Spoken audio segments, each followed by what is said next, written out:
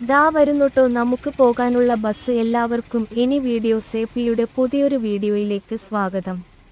അപ്പോൾ ബസ് കണ്ടപ്പോൾ മനസ്സിലായിട്ടുണ്ടാവും വീണ്ടും ഒരു യാത്ര വീഡിയോ ആണുട്ടോ. മൈസൂരിലേക്ക് ആണ് ഇപ്രാവശ്യത്തെ യാത്ര.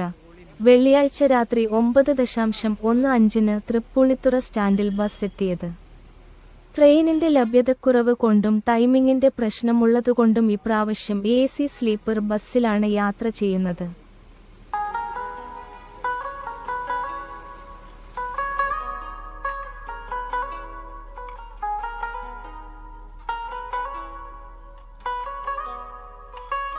ഈ കാണുന്നതാണ് ബസിന്റെ ഉൾവശം.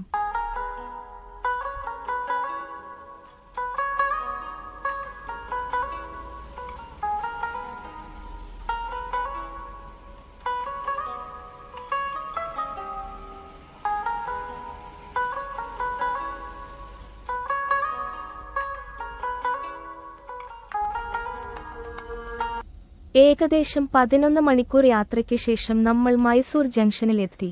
പെട്ടെന്ന് തന്നെ ഫ്രഷ് ആയതിനു ശേഷം ആദ്യം മൈസൂർ സൂവിലാണ് പോയത്. സൂവിൽ പോയതിനു ശേഷം മൈസൂർ പാലസിലാണ് അടുത്തത് പോയത്. മൈസൂർ പാലസിന്റെ വീഡിയോ ആണ് നമ്മൾ കാണാൻ പോകുന്നത്. ഈ കാണുന്നതാണ് കൊട്ടാരത്തിലേക്കുള്ള പ്രവേശന കവാടം. ഏക്കർ കണക്കിന് കിടക്കുന്നത് കൊട്ടാരത്തിന്റെ ഉദ്യാനമാണുട്ടോ.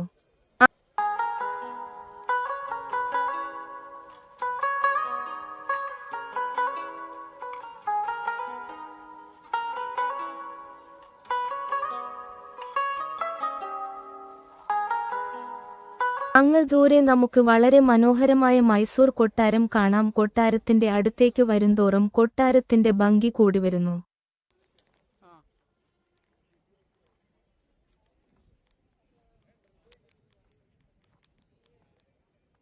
അംബവിലാസ് പാലസ് കർണാടകയിലെ സാംസ്കാരിക നഗരം അല്ലെങ്കിൽ കൊട്ടാരങ്ങളുടെ നാട് എന്നറിയപ്പെടുന്ന മൈസൂരിലെ എത്ര കണ്ടാലും മതിവരാത്ത കൊട്ടാരമാണിത്. പുറം നാട്ടുകാർ മൈസൂർ പാലസ് എന്ന് വിളിക്കുന്ന ഈ കൊട്ടാരത്തെ പ്രദേശത്തുകാർ അംബവിലാസ് കൊട്ടാരം എന്നാണ് വിളിക്കുന്നത്. ഒരുകാലത്ത് വോഡെയർ രാജവംശത്തിന്റെ ഔദ്യോഗിക വസതിയായിരുന്നു ഈ കൊട്ടാരം. ഇന്ത്യയിലെ ആദ്യ ആസൂത്രിത നഗരം അല്ലെങ്കിൽ ഏഷ്യയിലെ തന്നെ ആദ്യമായി ആസൂത്രിതമായി വികസനം നടത്തിയ നഗരമാണ് മൈസൂര്. ഇന്ത്യ രാജ്യത്ത് അതിവേഗം വളർന്നുവരുന്ന നഗരമാണ് മൈസൂര്. ഒരുകാലത്ത് കർണാടക സംസ്ഥാനം അറിയപ്പെട്ടിരുന്നത് തന്നെ മൈസൂര് എന്ന പേരിലാണ്. ഇന്നിവിടെ തലയുയർത്തി നിൽക്കുന്ന ഈ കൊട്ടാരം ആയിരുന്നില്ല ഒരുകാലത്തെ യഥാർത്ഥ മൈസൂര് കൊട്ടാരം.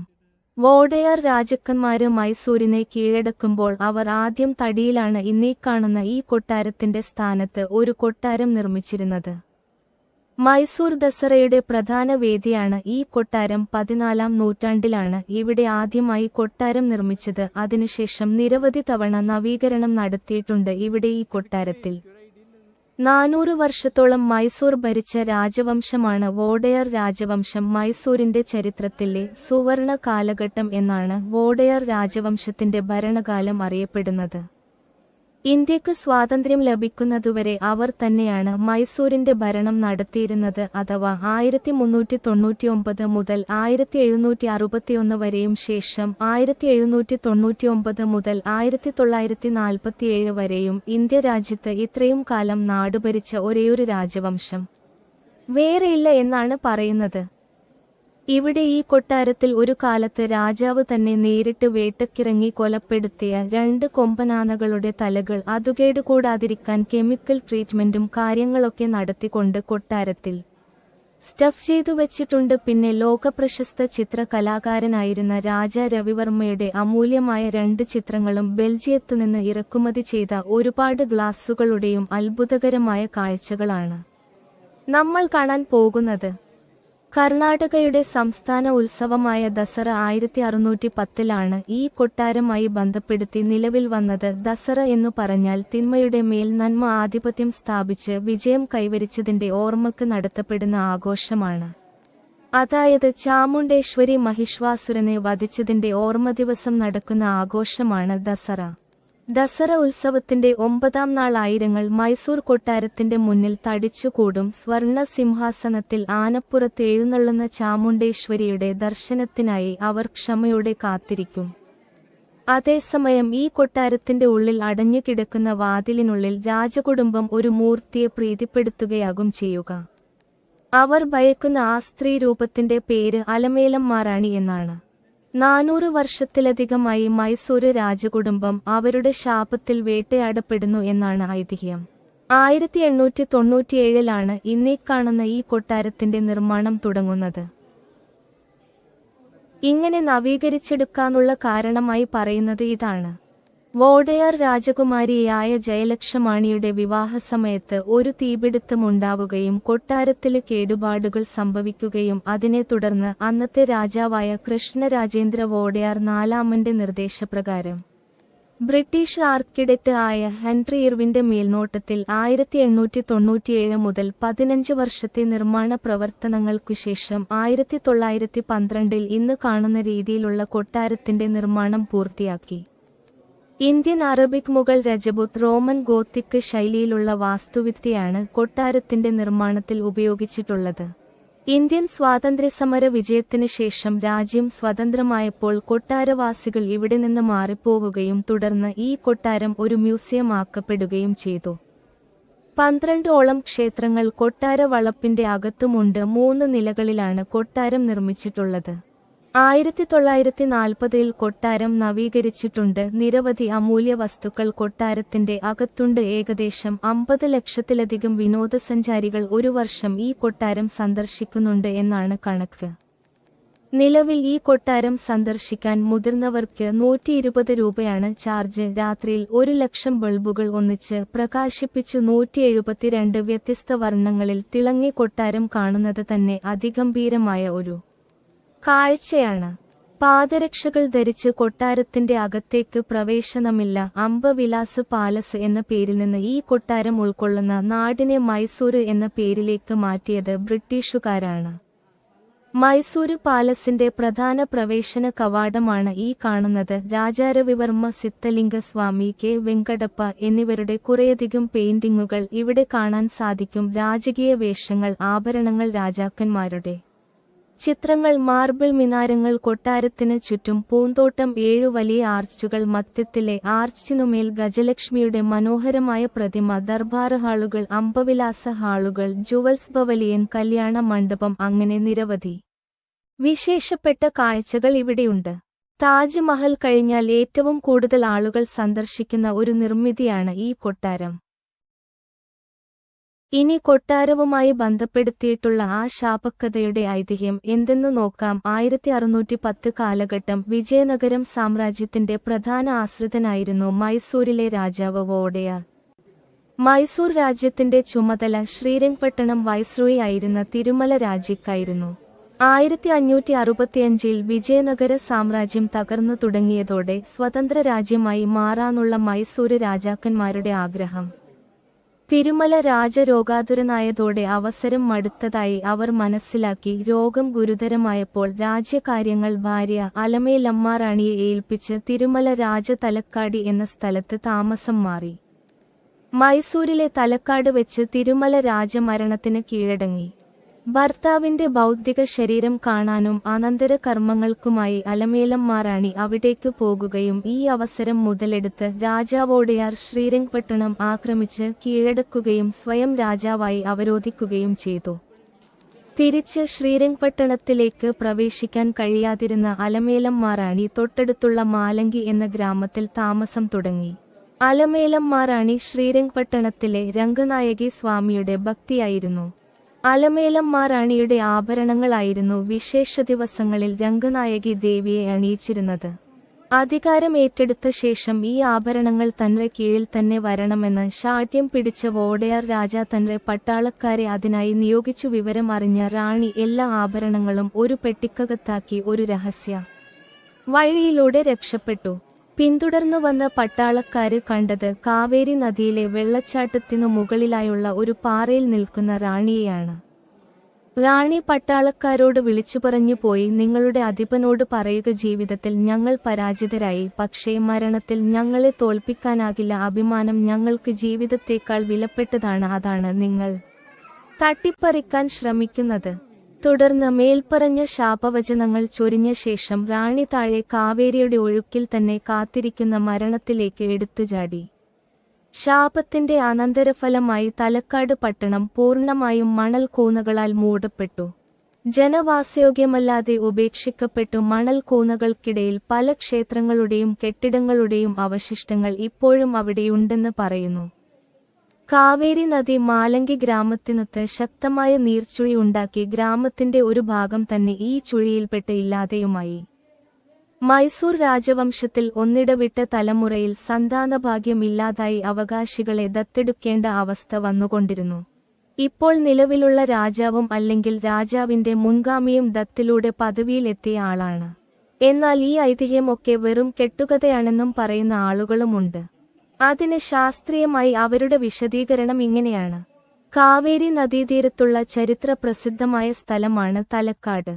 1336-ൽ വിജയനഗര സാമ്രാജ്യത്തിലെ മന്ത്രിയായിരുന്ന മാധവ മന്ത്രി കാവേരിയിൽ തലക്കാടിന് നേരെ മുകളിലായി ഒരു തടയണ നിർമ്മിച്ചതായി പറയപ്പെടുന്നു. തൽഫലമായി തലക്കാട് ഭാഗത്തേക്ക് കാവേരിയിൽ നീരൊഴുക്ക് കുറയുകയും നദീതടത്തിൽ കാലങ്ങളായി അടിഞ്ഞുകൂടിയ മണൽത്തിട്ടകൾ വെളിപ്പെടുകയും ചെയ്തിരിക്കാം. പ്രദേശത്ത് അനുഭവപ്പെടാറുള്ള ശക്തമായ കാറ്റ് ഈ മണൽത്തരികളെ തലക്കാട് ഭാഗത്തേക്ക് പറത്തി അവിടെ നിക്ഷേപിച്ചത് ആയിരിക്കാം. ഇത് കൊണ്ടാകാം അവിടെ ഉണ്ടായിരുന്ന ക്ഷേത്രങ്ങളും കെട്ടിടങ്ങളും മണൽക്കൂനയുടെ അടിയിൽ പോയത്. ഭൂമിശാസ്ത്രപരമായ ചില വ്യതിയാനങ്ങളാൽ മാലങ്കിയിൽ വെച്ച് കാവേരി നദി വഴി തിരിഞ്ഞു പോകുന്നതാണ് നീർച്ചുഴി രൂപപ്പെടാൻ കാരണമായി പറയുന്നത്. മൂന്നാമത്തെ കാര്യമാണ് ഈ ശാപക്കഥ വിശ്വസിക്കാൻ പലരെയും പ്രേരിപ്പിക്കുന്നത്. എന്തുകൊണ്ടും മൈസൂര് രാജവംശത്തിൽ അവകാശികൾ ഉണ്ടാകുന്നില്ല, അവകാശികളെ ഉണ്ടാകരുതെന്നാണ് റാണിയുടെ ശാപം. പിന്നെ ഒന്നിടവിട്ടുള്ള തലമുറകൾ മാത്രം എന്തുകൊണ്ട് ബാധിക്കപ്പെടുന്നു? അടുത്ത ബന്ധുക്കൾ തമ്മിലുള്ള വിവാഹബന്ധമായിരിക്കാം ഈയൊരു സന്താനരാഹിത്യത്തിന് കാരണമെന്നു പറയപ്പെടുന്നു. വോഡെയാർ രാജവംശത്തിൽ 19 രാജാക്കന്മാരിൽ 10 പേർക്കേ അവകാശികളില്ലാത്തത് എന്നതും ശ്രദ്ധേയമാണ്. ഇത്തരം വിശദീകരണങ്ങൾക്കെല്ലാം അതീതമായി 400 വർഷങ്ങൾക്കിപ്പുറവും ഈ ശാപക്കഥ യാഥാർത്ഥ്യമാണ് എന്ന് വിശ്വസിക്കുന്നവരാണ് കൂടുതൽ എന്നതാണ് സത്യം. 1638-ൽ ഇടിമിന്നലേറ്റ് മൈസൂർ കൊട്ടാരത്തിന് ഭാഗികമായ നാശം സംഭവിച്ചതായും ചരിത്രം പറയുന്നു. ഈ കൊട്ടാരം 1762-ൽ മൈസൂര് അധിപനായ ഹൈദരാലിയുടെ കീഴിൽ വന്നു. പിന്നീട് ടിപ്പു സുൽത്താന്റെ കീഴിലുമായി. ടിപ്പു സുൽത്താന്റെ കാലശേഷം ബ്രിട്ടീഷ് ഇന്ത്യ ഗവർണർ ജനറൽ ആയിരുന്ന ലോർഡ് മോണിംഗ്ടൺ വോഡെയാർ രാജവംശത്തെ മൈസൂരിന്റെ ഭരണം ഏൽപ്പിക്കാൻ തീരുമാനിച്ചു. അങ്ങനെ 1799-ൽ കേവലം 5 വയസ്സു മാത്രമുള്ള കൃഷ്ണരാജ വോഡെയാർ രാജാവായി അധികാരമേറ്റു. അപ്പോൾ ഇതൊക്കെയാണ് ചുറ്റൂണ്ടി എന്ന പേരിൽ അറിയപ്പെടുന്ന മലനിരകളുടെ താഴ്വരയിൽ സ്ഥിതി ചെയ്യുന്ന മൈസൂരിലെ അംബവിലാസ് കൊട്ടാരത്തെക്കുറിച്ച് പലയാളുകൾ രേഖപ്പെടുത്തിയ വിവരങ്ങളിൽ ചിലത്. മൈസൂർ പാലസിന്റെ ചരിത്രവിവരണങ്ങൾ ഏകദേശം പറഞ്ഞിട്ടുണ്ടെന്ന് വിശ്വസിക്കുന്നു. അതുകൂടാതെ ഒരു കാര്യം കൂടി പറയാനുണ്ട്. എത്ര കണ്ടാലും മടുക്കാത്ത ഈ പാലസിന്റെ ഭംഗി കാരണം ഞാൻ വീഡിയോ കൂടുതൽ എടുത്തിട്ടുണ്ട്. വീഡിയോയുടെ ലെങ്ത് കുറയ്ക്കാനോ കട്ട് ചെയ്യാനോ എനിക്ക് തോന്നിയില്ല. ഞാൻ മൊത്തത്തിൽ വീഡിയോ അപ്ലോഡ് ചെയ്തിട്ടുണ്ട്. വീഡിയോ ലാഗായി തോന്നുകയാണെങ്കിൽ സ്കിപ്പ് ചെയ്തോളൂ. വീഡിയോ ഇഷ്ടമായാൽ ലൈക്കും ഷെയറും ചെയ്യൂ, കൂടെ സബ്സ്ക്രൈബും ചെയ്യൂ. ഇനി വീഡിയോസ് എപിയുടെ അടുത്ത വീഡിയോയിൽ കാണാം. Thanks for watching. See you. By.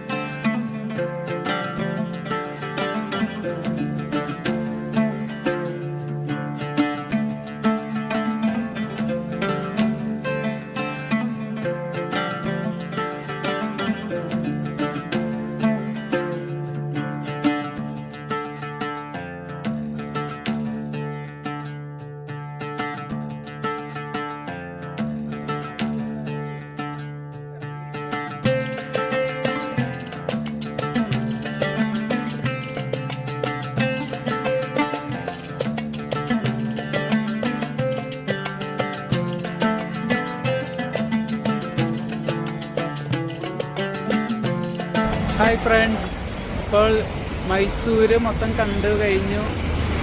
Mysore palace കണ്ടു, മൈസൂർ സൂ കണ്ടു, പിന്നെ വൃന്ദാവൻ ഗാർഡൻ കണ്ടു, മൈസൂർ റെയിൽവേ മ്യൂസിയം കണ്ടു. ഇതെല്ലാം കണ്ട് തിരിച്ച് കേരള ബസ്സും കാത്തി നിൽക്കുവാണ്. ഈ മലബാർ ഗോൾഡിൻ്റെ ഓപ്പോസിറ്റാണ് നിൽക്കാൻ പറഞ്ഞത്. അതിനുവേണ്ടി വെയിറ്റ് ചെയ്യുവാണ്. അപ്പോൾ ഓക്കെ, ഇനി അടുത്ത വീഡിയോയിൽ കാണാം.